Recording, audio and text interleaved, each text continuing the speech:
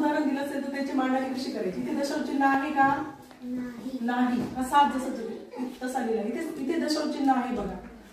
हा इकडे लिहायचा 77 दशांश चिन्ह 77.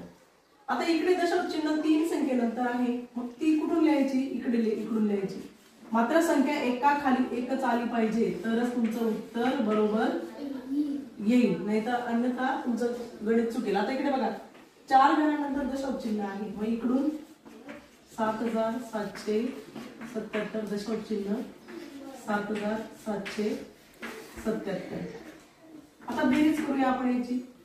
इकडे बघा मी दशांश चिन्हाच्या खाली दशांश चिन्ह लिहिलंय, बघितलं.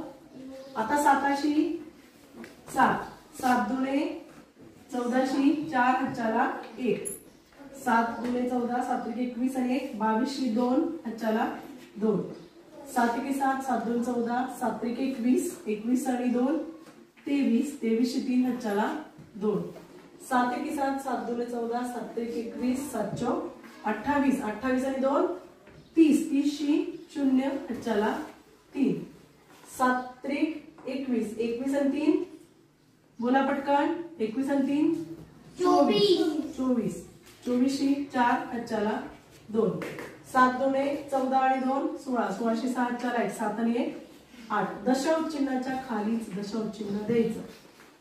समज